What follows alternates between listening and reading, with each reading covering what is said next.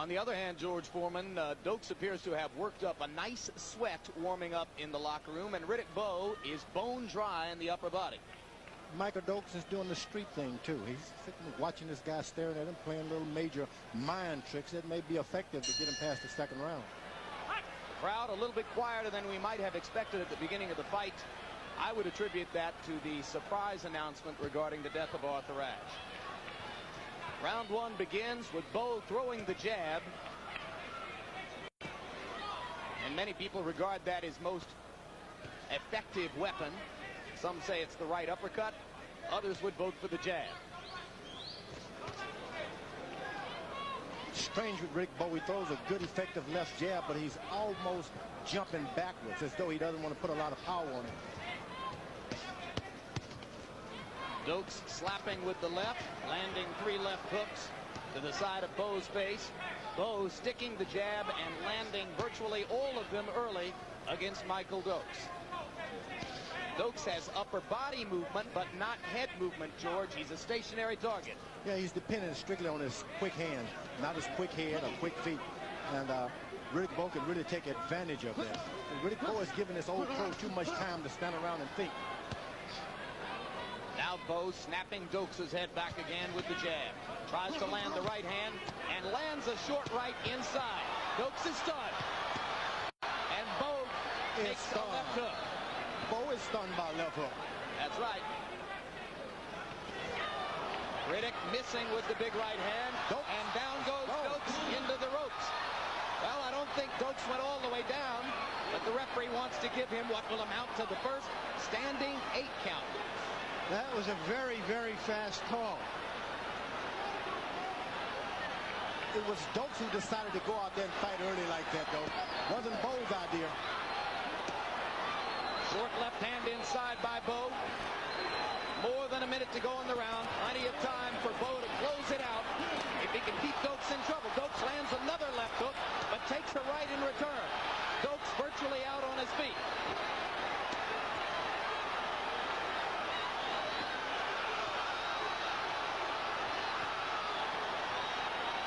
He got a good chance. I'm surprised the referee has allowed me to go that far.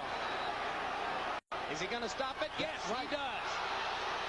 With 41 seconds still to go in the round, and now Michael Dokes is furious.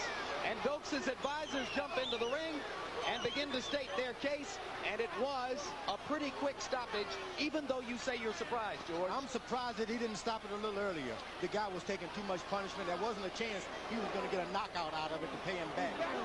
No way. But he had landed the 2 solid left hooks in return. He was in no shape to continue in that round. This guy came out for a first-round knockout. He was accurate. He was going to get it. Well, my own personal opinion is that he was in no shape to come into the ring in the first place. Larry? Well, it's a heavyweight championship fight. The crowd is very, very upset.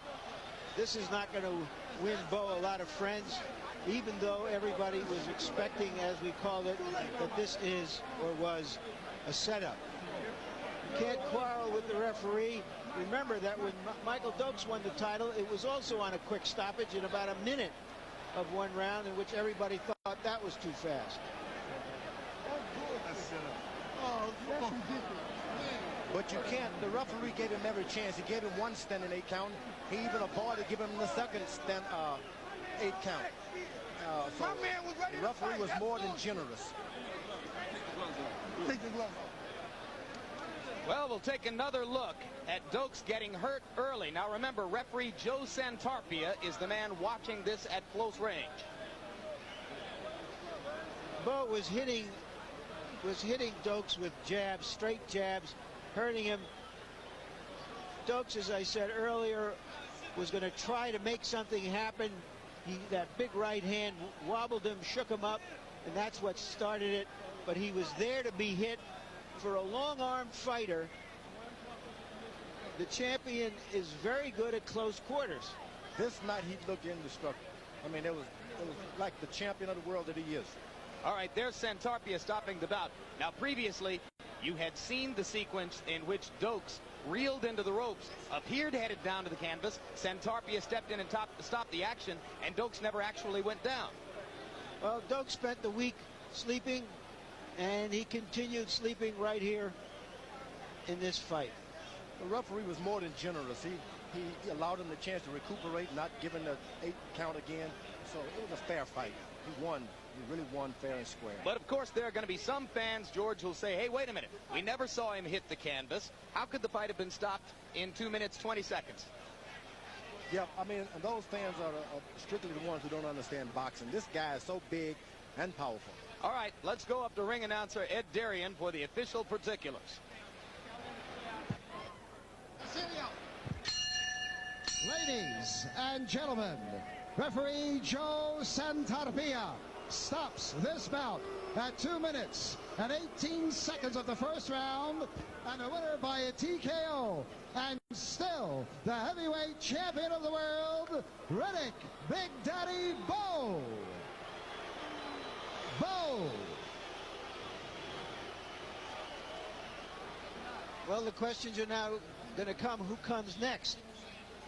And as Jim mentioned earlier, Ray Mercer, who was supposed to be next for Riddick Bowe, and might have also gone in about 2 minutes and 40 seconds or 20 seconds, is no longer in the picture, and we'll be talking to everybody about what Riddick Bowe's plans are next. Some people are guessing Evander Holyfield.